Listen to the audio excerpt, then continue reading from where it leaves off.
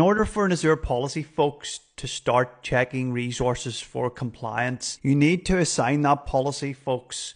That's just one way to trigger a compliance check. What we're going to do today is we're going to use the command line. There are a number of triggers that can trigger a compliance check folks. First one there you can see is creating, a policy or initiative, and it's newly assigned to a scope, and we are going to do that.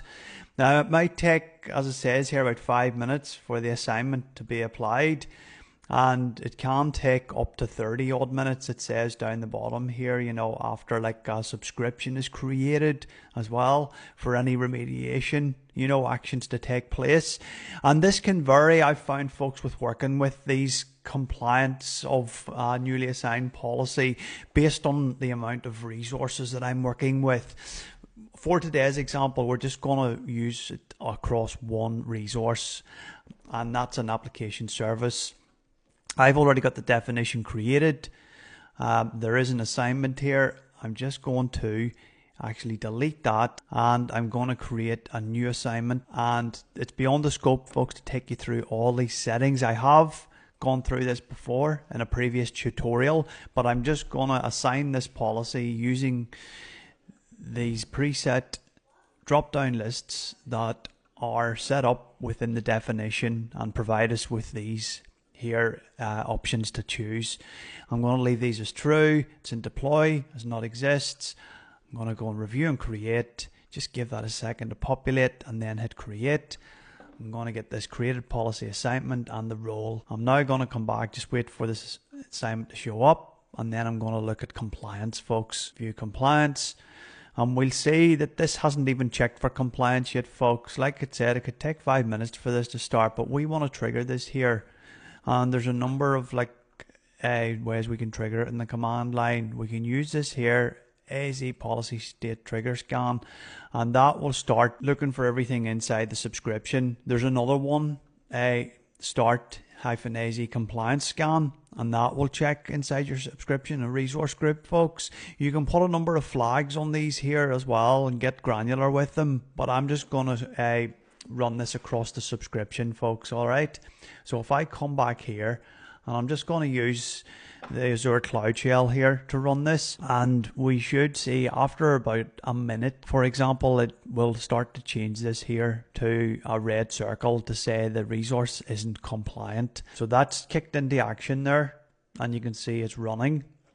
And just to look at the resource folks, these aren't going to be triggered on just yet. That's actually checking for the compliance at this stage. What I've just ran here, it's seeing if this resource has these diagnostics set. We can see they're not set, and because it's the effect type is deploy if not exists, then that's what's going to happen. But that will only happen once we create a remediation task here folks for this here. If this was a brand newly created resource, then that policy, if it was already in place, would pick up that this resource is newly created, and it would enable the diagnostic settings on it. But for this folks, we're going to create a remediation task, and we're going to deploy the actual diagnostic settings.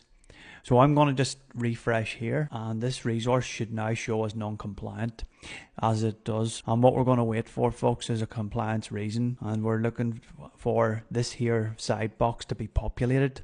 As we can see at the moment, it's not, and that's just because we haven't given enough time, but it's going to tell us the compliance reason. So let's refresh again here folks and see if this here will populate this little sidebar. We come across here to the not found again, and now we've got the compliance reason folks, and that says it hasn't been found. That's the error code. It's what we see in the compliance reason bar here. No related resources match the effect details. The effect details deploy if it doesn't exist. So the settings don't exist on the resource folks. Okay, so all we have to do then now is create a remediation task. We just click in here, and we're only trying to remediate one resource here, and we can just click on remediate. This should give us a green tick, and we can just right click on policy here, open that in a new tab, and when that opens up, folks, we can see how that their remediation task is progressing. So if we click on remediation tasks, and we can see it's in progress, and it's trying to remediate at the minute one resource, which is this resource here. So if we refresh this, folks, we should see the diagnostic settings getting applied. As we can see now, if we come into edit settings, we can see they've been applied, folks, with the all metrics, and those logs are going to be streamed to this log analytics workspace, okay, which we selected when we actually assigned the policy. So if we come back then, folks, to this page here, this will eventually show up as being compliant because the settings are enabled on this resource. So if we refresh this here, we can see that this won't come around compliant straight away. This could take now another set amount of time. Again, could vary based on the amount of resources that you're trying to bring into compliance.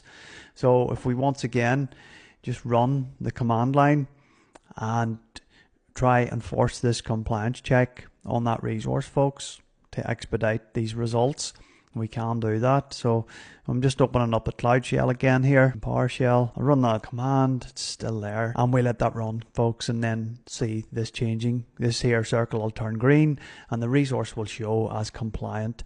This could take between a minute, anywhere up to 5 minutes, 10 minutes. It can vary, folks.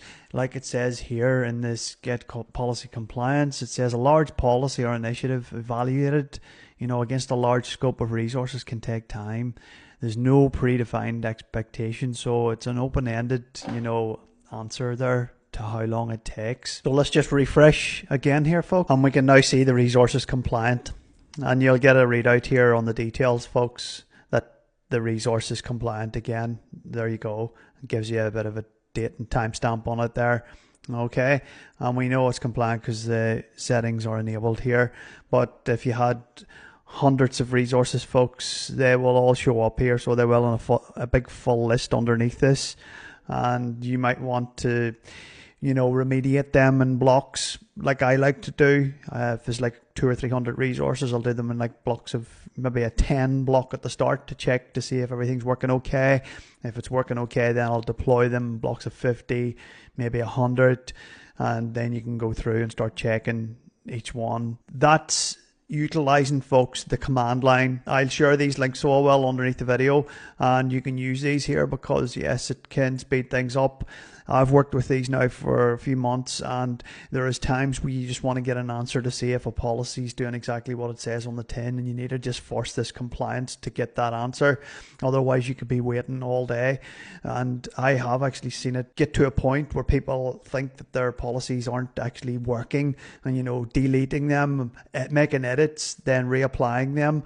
And I've heard that story a few times, where they've actually deleted a working policy. It's just taken a long time to bring the resources into compliance. So that's another takeaway. I've mentioned that before. Just be patient with the actions that are happening behind the scenes with Azure. So as always, folks, any questions, drop them into the comments there. I hope this helps you out. I'll leave it with you and wish you all the best. Take care and good luck.